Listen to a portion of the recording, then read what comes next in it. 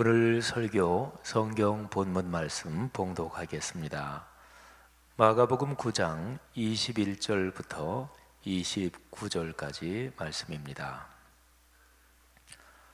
거룩하신 하나님의 말씀입니다.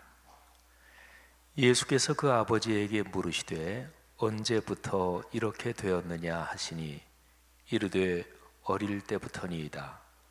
귀신이 그를 죽이려고 물과 불에 자주 던졌나이다. 그러나 무엇을 하실 수 있거든 우리를 불쌍히 여기사 도와주옵소서.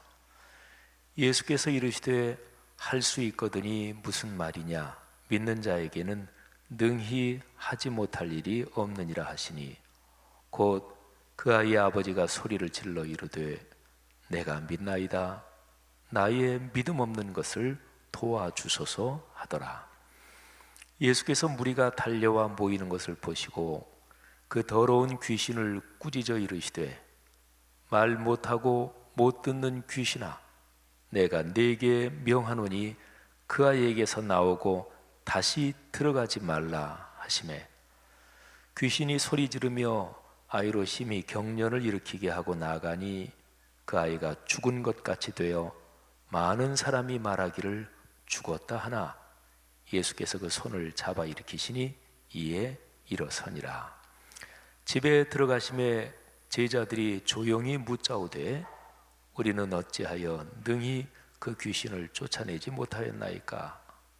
이르시되 기도 외에 다른 것으로는 이런 종류가 나갈 수 없느니라 하시니라. 아멘. 말씀 삶 공동체, 우리 사랑하는 성도 여러분들의 가정, 가문, 또 한국교회 전체에 주님께서 주시는 하늘의 평안과 힘이 넉넉하기를 주님의 이름으로 축복합니다.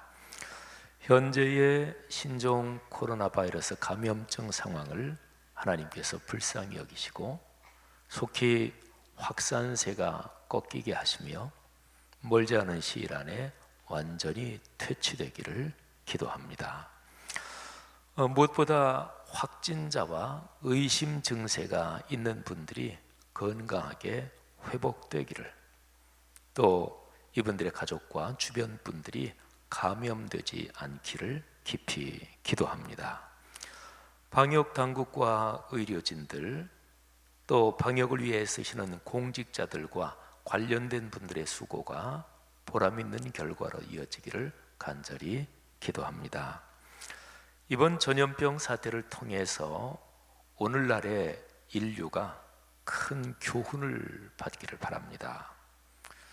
군비나 자국의 무력 증강에 쏟을 비용을 질병 예방 또는 환경 보존 등 인류가 공존하는 일에 더 많이 사용되기를 바랍니다.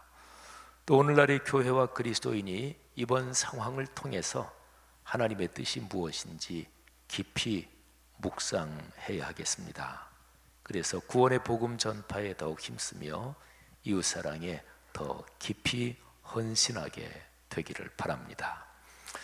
사랑하는 성도 여러분들이요, 삶을 행복하고 뜻깊게 삶을 그렇게 꾸려가는 비결이 무엇일까요? 그 중에 아마도 누구나 다 인정하는 그 비결은 이런 것입니다. 중요한 것을 선택하고 거기에 집중하는 것. 생각해 보면 사람에게는 모든 것이 무한대로 있는 게 아닙니다. 다 한계가 있어요. 시간도 한계가 있고, 내가 가진 물질도 한계가 있고, 체력도 한계가 있고, 정신적인 에너지도 한계가 있습니다. 그러니까 온통 사방에 다 여기 조금 저기 조금 그렇게 신경 쓰면서 살아서는 행복할 수가 없습니다. 또 중요한 것을 성취할 수도 없겠지요. 그래서 중요한 것을 선택하고 거기에 집중하는 것, 이 선택과 집중이 삶을 행복하게 사는 아주 중요한 비결입니다. 보통 일상의 모든 삶이 그렇지만 살아가면서 어려운 상황에 부딪혔을 때, 또 중대한 어떤 상황이 생겼을 때 그때는 이 점이 더 중요하죠. 그러니까 진짜로 중요한 것이 무엇인지를 정확하게 파악하고 거기에 힘을 쏟아야 합니다. 상황의 변화를 결정짓는 핵심 요인이 무엇일까? 이거를 정확하게 바라보고 그 핵심 요인을 관리해야 되는 거죠.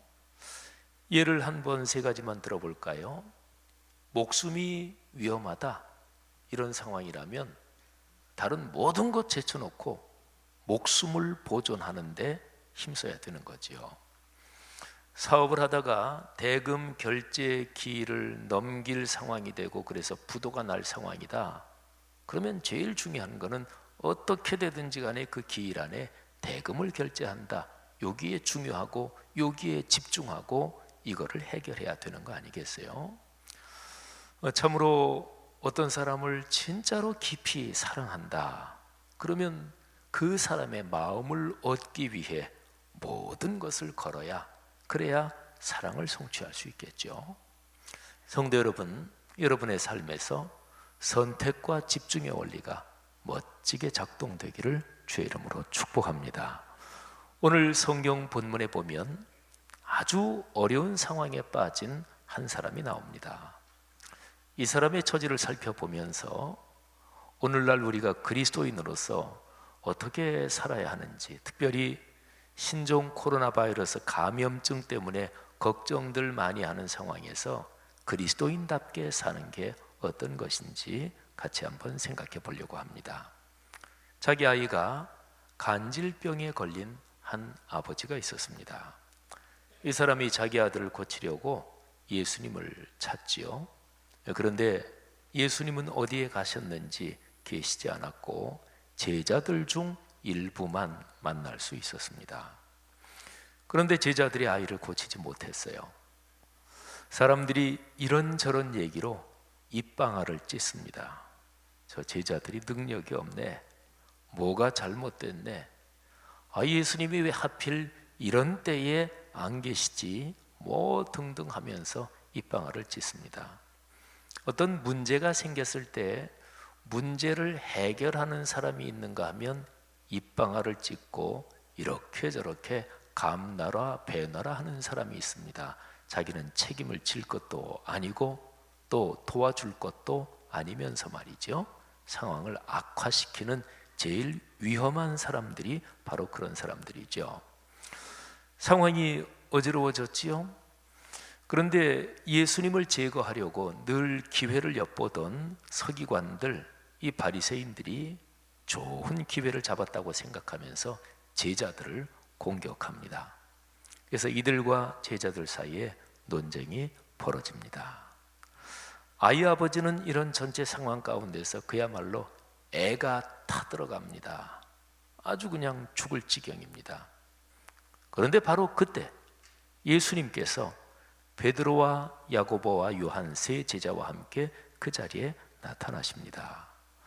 오늘 여기 성경 본문 조금 앞에를 보면 예수님께서 그 세 제자를 데리시고 높은 산에 올라가서 천국의 모습으로 변화되신 이 사건이 나오지요.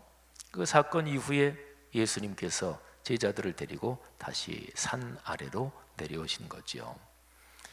예수님이 나타나자 아이의 아버지는 너무너무 기뻤습니다. 그야말로 구세주가 나타난 것이잖아요. 이제는 내 아이 고칠 수 있게 됐구나. 이 아버지가 예수님께 간절하게 이렇게 호소합니다. 마가복음 9장 17절 18절 내용을 한번 들어보세요.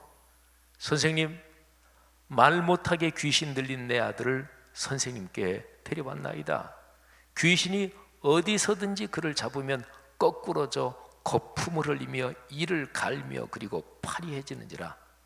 내가 선생님의 제자들에게 내쫓아달라 하였으나 그들이 능히 하지 못하더이다. 이 아이 아버지의 심정을 한번 충분히 상상해 보십시오. 얼마나 고통스럽고 얼마나 절박하고 간절했을까요? 이 아이 아버지의 호소를 듣고 예수님은 어떻게 보면 좀 뜻밖의 반응이다, 이런 반응을 보이셔요. 19절을 보세요. 예수님은 믿음이 없다, 이것을 한탄하십니다. 그 세대, 그 시대가 믿음이 없는 시대구나, 이거를 한탄하셔요. 좀 뜻밖의 반응이라고 볼 수 있죠. 19절 말씀이 이렇습니다. 믿음이 없는 세대여, 내가 얼마나 너희와 함께 있으며 얼마나 너희에게 참으리요. 그를 내게로 데려오라. 아버지가 아이를 예수님께 데리고 오는 중에 아이 속에 있는 귀신이 예수님을 보고 아이가 심하게 경련을 일으키게, 발작을 일으키게 합니다. 아이가 땅에 엎드러져 떼글떼글 구르고 입에 거품을 물고 몸이 뻣뻣해지고 난리가 났습니다. 아이 아버지는 고통스러워하는 아이를 붙잡고 어쩔 줄을 모릅니다. 이런 상황에서 예수님과 그 아버지와 대화가 이어지지요. 예수님이 물어요. 언제부터 이렇게 되었느냐? 아버지의 대답입니다. 예, 어릴 때부터입니다. 귀신이 그를 죽이려고 불과 물에 자주 던졌나이다. 그러나 무엇을 하실 수 있거든 우리를 불쌍히 여기사 도와주옵소서. 이 아이 아버지의 대답을 듣고 예수님께서 저 유명한 구절이 들어있는 이런 얘기를 하십니다. 할 수 있거든이 무슨 말이냐? 믿는 자에게는 능히 하지 못할 일이 없느니라. 자, 여러분, 이 구절이 중요합니다. 예수님께서 조금 전에 믿음이 없는 세대를 한탄하셨잖아요. 그러니까 믿음에 대한 얘기를 하셨어요. 근데 지금 아이 아버지와 대화하시면서 다시금 믿음에 관하여 말씀하십니다. 자, 아이 아버지가 예수님께 부탁하고 간청한 게 뭐냐면 무엇을 하실 수 있거든 좀 도와주십시오. 말하자면 아이 아버지는 그저 최소치를 좀 희망한 그런 상황이죠. 근데 예수님께서는 믿는 사람에게는 능히 하질 못할 일이 없다. 그러니까 예수님의 말씀에는 소극적이고 방어적인 그 아이 아버지 생각을 꾸짖는 의미가 사실은 들어 있습니다. 그러니까 아이 아버지는 지금 이 상황에서 많은 걸 바라는 게 아니고 완전한 어떤 회복을 바라는 것도 아니고 무엇을 조금이라도 할 수 있다면, 어떤 가능성이 조금이라도 있다면 지금의 이 어려운 상황을 조금이라도 호전시킬 수 있다면, 그리고 이 상황을 간신이든 어쨌든 모면할 수만 있다면 좋겠다, 이런 방어적이고 소극적인 그 마음 상태가 이제 그런 거죠. 근데 예수님은 바로 그거를 꾸짖으시는 그런 말씀을 해주시는 거예요.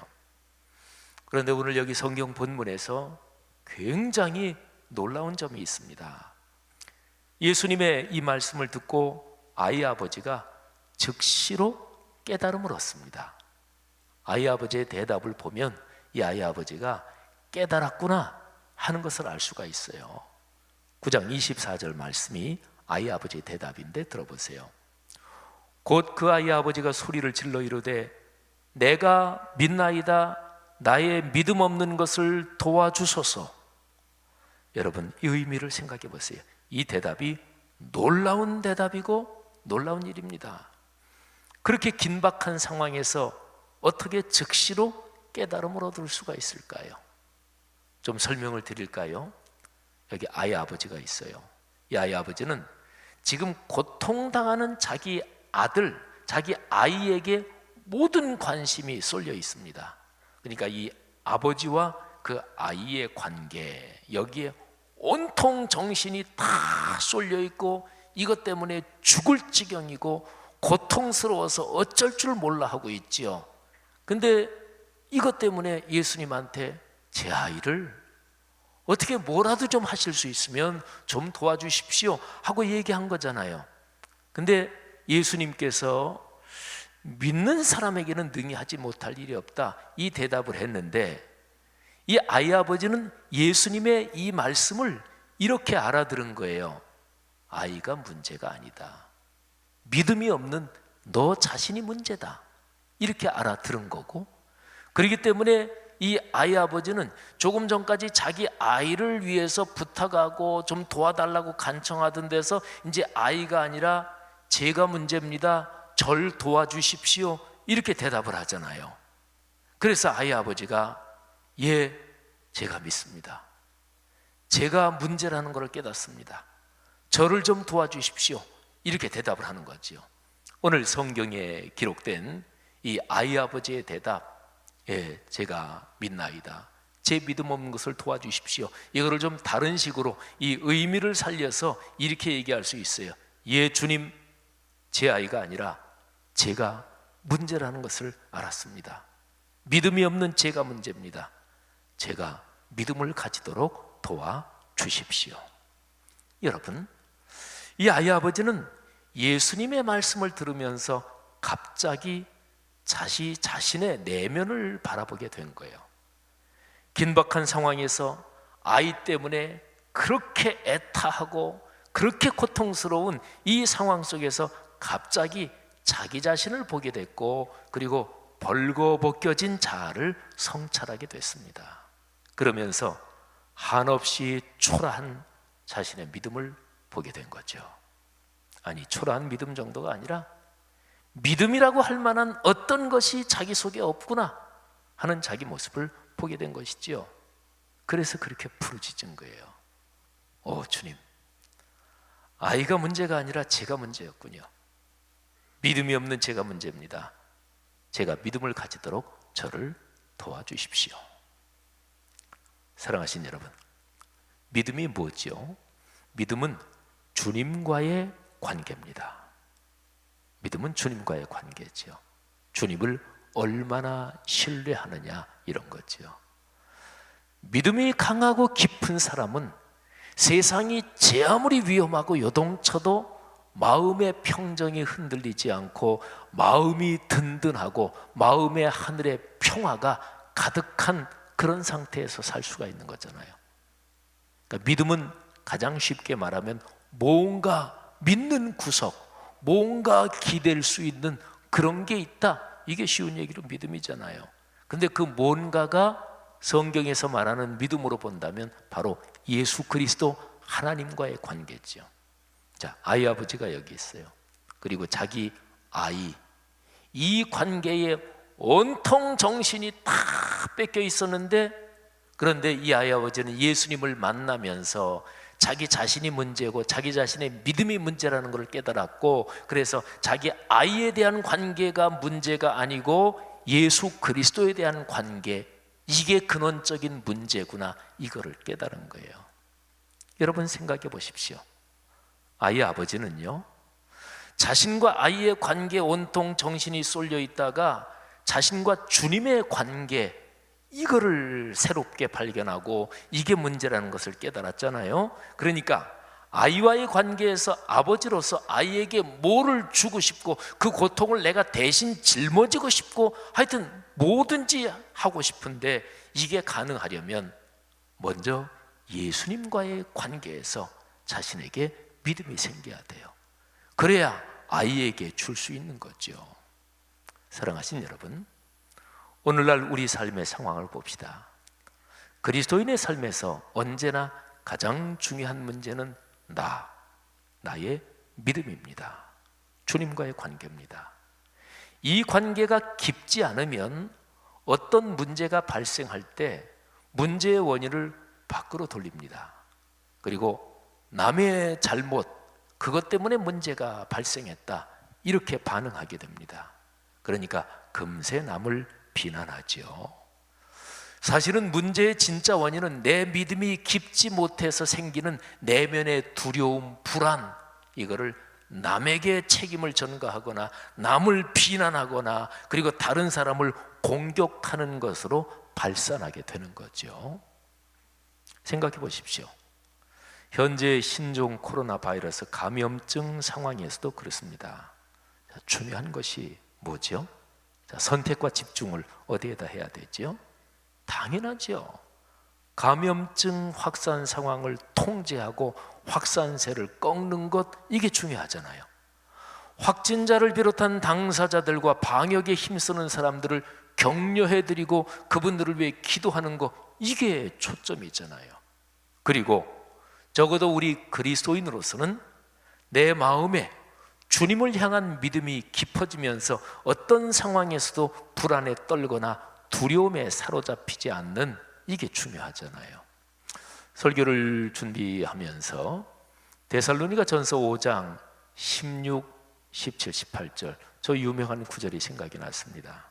항상 기뻐하라, 쉬지 말고 기도하라, 범사에 감사하라. 이것이 그리스도 예수 안에서 너희를 향하신 하나님의 뜻이니라. 아멘. 항상 기뻐하라. 지금 이 상황에서 이 말씀에 특별히 순종하기로 결단하는 분들에게 복이 있을 것입니다. 쉬지 말고 기도하라. 지금의 이 상황 속에서 특별히 이 말씀의 명령에 순종해서 이 상황을 위해서, 관련된 분들을 위해서 기도하는 분들에게 하나님의 축복이 있을 것입니다. 그리고 범사에 감사하라. 특별한 일에만이 아니라 범사니까 이런 일에서도 하나님께 감사하기로 결단하는 사람들의 마음속에 하나님께서 평화와 든든한 마음을 주셔서 진심으로 감사가 나올 수 있게 하는 그런 축복이 있을 것입니다. 우리 그리스도인에게 많이 알려진 구절들이 얼른 머리에 떠오르는 것만 생각해도 그 말씀을 떠올리면서 그 말씀에 순종하기로 결단할 때 우리의 마음속에 믿음이 다시 한번 강해지는 거지요. 로마서 8장 28절 말씀, 우리가 알거니와 하나님을 사랑하는 자 곧 그의 뜻대로 부르심을 입은 자들에게는 모든 것이 합력하여 선을 이루느니라. 아멘. 신종 코로나 바이러스 감염증 때문에 제가 설교 초반에서도 얘기했듯이 오늘날의 세계가 어떤 교훈을 받게 될 것입니다. 또 그리스도인도 이런 상황 속에서 이 상황을 묵상하면서 교회와 그리스도인이 오늘날의 이런 세계에서 어떻게 살아야 되는가 교훈을 받아야 할 것이고, 또 그래서 결국에 모든 것을 당신의 섭리로 주관하시는 하나님의 주권적인 손길에 맡길 때 합력하여 선을 이루게 될 줄로 믿습니다. 여러분 생각해 보세요. 오늘 이 사회에 살고 있는 그리스도인들이 개인 위생에 철저하게 꼭 손을 씻고 또 이런저런 개인 위생을 철저하게 하면서, 그래서 다른 사람들이 예수 믿는 사람을 볼 때 이런 감염병이 도는 상황에서 예수 믿는 사람들이 개인 위생에 참 꼼꼼하네. 그런데 또 한편으로는 마음에 깊은 평안이 있는 거예요. 깊은 믿음에 하늘의 평안이 흐르면서, 그러면서 마음에 불안이나 두려움이 없으니까 다른 사람들한테 걱정할 거 없어, 힘내. 그리고 또 전염병이라는 게 언젠간 꺾이니까 전문가들 얘기를 들어도 늦어도 4, 5월이면 피크에 올라서고 또 날이 따뜻해지면 이 전염병이 이게 계절적 요인도 있다니까 꺾일 거야, 괜찮아. 그러니까 예수 믿는 사람들이 이런 무드를 가지고 다른 사람에게 얘기하면 다른 사람이 힘과 용기를 얻을 거 아니겠어요? 사회적 분위기가 안정될 거 아니겠어요? 서로 돕고 위로하며 힘을 모아 상황을 넉넉하게 이겨낼 것입니다. 여러분, 이런 상황에서 이거 철저하게 방역해야 돼 그러면서 자기 속에 불안이 있어가지고 안달을 하고, 그리고 다른 사람을 도와주느라고 한다는 얘기가 도와주는 게 아니라 다른 사람을 더 그냥 힘들게 하고 불안에 떨게 만들고, 그런 사람이 도움이 될 거 아니잖아요. 그렇죠? 사랑하신 여러분, 교회와 그리스도인이 우리의 마음과 영혼을 성찰해야 할 것입니다. 우리 자신의 믿음이 더 깊어지도록 주님의 손을 더욱 꼭 붙잡읍시다. 이런 때일수록 공예배의 자리를 소중히 여기며 개인의 말씀 묵상의 자리를 지켜야 할 것입니다. 예배의 자리에서 선포되는 말씀과 개인의 말씀 묵상을 통해서 주시는 주님의 음성에 순종하여 큰 힘과 용기를 가지는 하늘의 평안을 체험하는 여러분이 되시기를 주의 이름으로 축복합니다. 그런 그리스도인들을 통해서 우리 사회뿐 아니라 오늘의 세계에 하나님의 불쌍히 여기시는 은혜가 임하고 또 이 감염 증세가 넉넉하게 퇴치될 것을 믿습니다.